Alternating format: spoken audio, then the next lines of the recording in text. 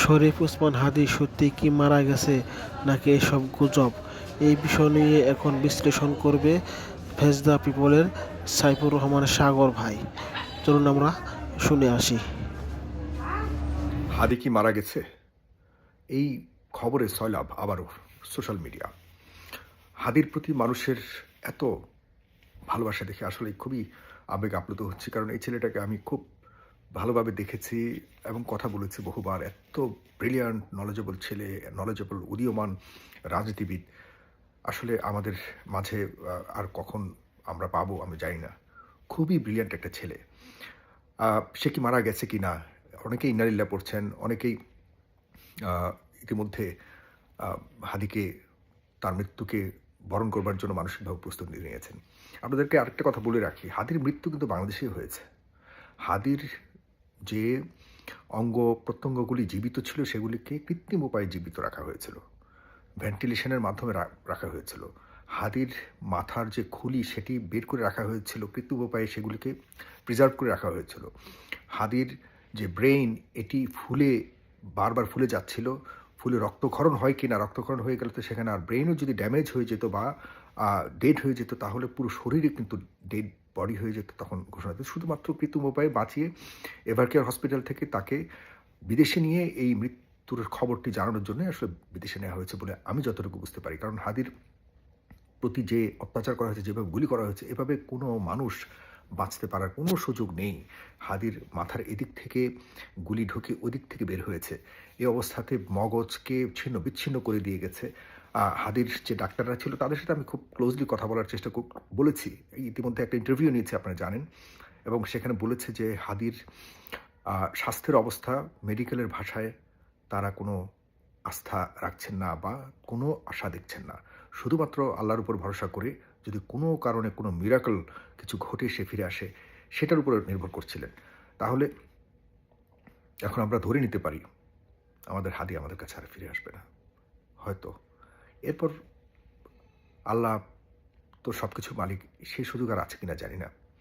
তবে হাদি মনে হয় না আর ফিরে আসবে, এবং ইতিমধ্যে হয়তো ডিক্লারেশন দিয়ে দেওয়ার কথা। কারণ অন্তত সিঙ্গাপুরে তো আর এই ধরনের ফাজলামো করবে না যে একজন মৃত মানুষকে নিয়ে সেখানে তারা লুকিয়ে রাখবে বা ঘোষণা না দিয়ে এভাবে রেখে দিবে। এটা করবে না অন্তত পক্ষে। তো মেনে নিতে হবে আমাদেরকে। এরপর করণীয় কী? এরপর করণীয় হলো ভারতের এই যে হস্তক্ষেপের কথা আমরা শুনতে পাচ্ছি, সামনে ইলেকশন ঘিরেও তাদের হস্তক্ষেপের কথা যে সম্ভাবনা শুনতে পাচ্ছি, সেটি ঘিরে আমাদেরকে আবারও ঐক্যবদ্ধ ২৪-এর জায়গাতে সবাইকে, আওয়ামী লীগ, বিএনপি, জামাত ইসলাম, সবাইকে, যারা বাংলাদেশের পন্থী, যারা বাংলাদেশের পক্ষের মানুষ, তাদেরকে একসাথে হতে হবে। প্রিয় ভাইয়েরা, বন্ধুরা যারা দেখছেন, আমাদের অনেক বেলা হয়ে গেছে। এই দেশটাকে নিয়ে গভীর ষড়যন্ত্র চলছে, এবং এখন তো আওয়ামী লীগ নাই। তবুও আজকে দেখুন, পররাষ্ট্র উপদেষ্টা বলেছে যে আমাদেরকে ভারত নসিহত দিচ্ছে, আমরা সেটি এটাকে গ্রহণযোগ্য হিসেবে আমরা দেখব না। তার মানে ভারত এখনো পর্যন্ত চেষ্টা করে যাচ্ছে। সামান্য নেপাল থেকে মুষ্টা খেয়ে বের হয়েছে। আর আমাদের একটা ১৮-১৯ কোটি মানুষের দেশ, ১৯ কোটি মানুষের দেশ, ঢাকা শহরে যেখানে পা রাখবার যাওয়া পায় না, জায়গা পাওয়া যায় না, সেখানে দিন দুপুরে একটা মানুষকে এভাবে হত্যা করে চলে যেতে পেরেছে, এবং সেই চলে যাওয়াটা কত সুন্দরভাবে বর্ডার পার হয়েছে। যেখানে আমরা ভিসা নিয়ে ঘন্টার পর ঘন্টা দাঁড়িয়ে থাকতে হয় দিনের বেলায়, সেখানে রাতের আধারে কারা পার করে দিয়েছে বাংলাদেশ থেকে? কারা পার করেছে সেই ২৪-এর হত্যাকারীদের? কারা পার করেছে সেই লুকিয়ে থাকা সেনাকুঞ্জে লুকিয়ে থাকা ৬৫০ অপরাধীদেরকে? কারা পার করেছে? এগুলি এখন বড় প্রশ্ন। তার মানে এখানে বড় ধরনের ডিপ স্টেট কাজ করে যাচ্ছে। সরকার বড় ধরনের একটা অংশ অপরপক্ষের সাথে হাত মিলিয়ে কাজ করছে। অপরপক্ষ বলতে আমি পার্শ্ববর্তী দেশকে বোঝাচ্ছি। আমি নিশ্চিতভাবে বলতে পারি আওয়ামী লীগের ৮০% মানুষ এখনও পর্যন্ত বাংলাদেশকে ভালোবাসে। তাদেরকে মিসগাইড করা হয়েছিল, তাদেরকে মিসগাইড করা হচ্ছে। আমরা দেশকে বাঁচাই। আমরা একে অপরের সাথে নির্বাচনে যে যুদ্ধে মেতে আছি, এটাকে শুধুমাত্র এটা এই পার্লামেন্ট সামনে যেটা হবে, যদি ভুল মানুষকে সিলেক্ট করে এখানে শুধুমাত্র এই আগের উপায়ে, মানে আপনার এমপিদের খাই এমপিদেরকে এমপি করা হয়, এরা বাংলাদেশের জন্য কিচ্ছু করতে পারবে না, এবং এরকম এমপি হওয়ার সম্ভাবনা আমি বেশি দেখতে পাচ্ছি। এই সামনের পার্লামেন্ট নিয়ে বেশি দূর এগোবার সুযোগ তেমন দেখছি না।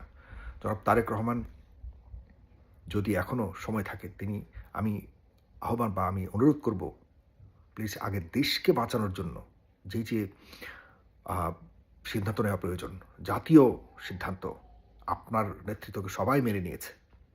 আপনি এখন এই দেশের একজন ভবিষ্যতের উজ্জ্বল নেতৃত্ব, আপনার বাবার পর আপনি সেই নেতৃত্ব উজ্জ্বলতাকে আপনি আরও ছড়িয়ে দিবেন।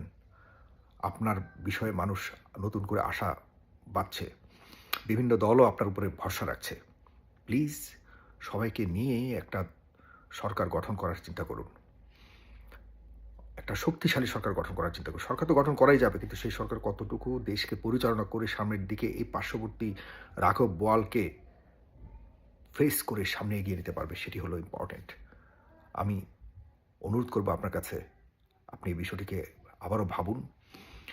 দেশের জাতীয় সার্বভৌমত্ব, জাতীয় যে ইস্যুসগুলি আছে, স্বার্থগুলি আছে, এগুলিকে রক্ষা করবার জন্য, সার্বভৌমত্ব রক্ষা করার জন্য আপনার বলিষ্ঠ নেতৃত্ব এখন এই দেশের জন্য প্রয়োজন।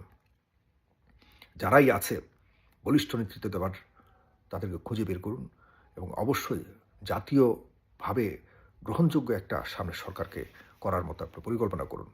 আপনি দেশে আসছেন, এখন আমি মনে করি যে সামনে আর কোনো হাদির আপনার প্রতি যে একটা, আপনার কথাবার্তা শুনে দেশে আসা না আসা নিয়ে সেখানেও একটা শঙ্কা দেখা যাচ্ছে। এইসব সংকটকে জাতীয়ভাবে ঐক্যবদ্ধ জায়গা থেকে যদি মোকাবেলা না করা যায়, কখনো এইসব শঙ্কা থেকে মুক্ত হবে না বাংলাদেশ। আই টেল ইউ, আপনি এই জায়গাটাতে বেশি নজর দিন। জাতীয় একটি ঐক্যবদ্ধ শক্তিশালী সরকার হোক আর যাই হোক, বাংলাদেশের পক্ষের শক্তি নিয়ে আপনাকে কাজ করতে হবে। আজকে কথাটি মনে রাখুন দয়া করে জনাব তারেক রহমান, এবং আমার দেশের মানুষ যারা আমার দেখছেন এই মুহূর্তে, হাদি আর ফিরে আসবে না। হাদি মারা গেছে, বাংলাদেশে থাকাকালীনই মারা গেছে। এখন এবার কেয়ার হসপিটালে যদি এই ধরনের ঘটনার বা এই ধরনের ডিক্লারেশন দেয়, হসপিটালের নিরাপত্তার একটা বিষয়। আজকাল হাদিকে কোটি কোটি মানুষ ভালোবাসে, ইতিমধ্যে সে আমাদের জাতীয় বীরে পরিণত হয়েছে।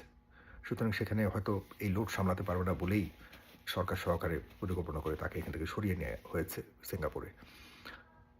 আর আমি বারবার বলে রাখছি সরকারকে, ডক্টর মোহাম্মদ ইউনূস, আপনি আপনার ক্যাবিনেটকে রিশাফল করুন, আপনার ক্যাবিনেটকে পরিবর্তন করুন, আপনার ক্যাবিনেটকে পরিবর্তন করুন। আপনি অবশ্যই আইনশৃঙ্খলা রক্ষাকারীর বাহিনীগুলির যারা দায়িত্বে রয়েছে তাদেরকে মাস্ট পরিবর্তন করুন। এই মুহূর্তে পরিবর্তন প্রয়োজন, শক্তিশালী নেতৃত্ব প্রয়োজন প্রত্যেকটা বাহিনীর। প্লিজ দেশটাকে রক্ষা করুন সবাই মিলে, এরপর সব কিছু করা যাবে। আগে দেশ রক্ষা করি। ধন্যবাদ। সালাম আলাইকুম।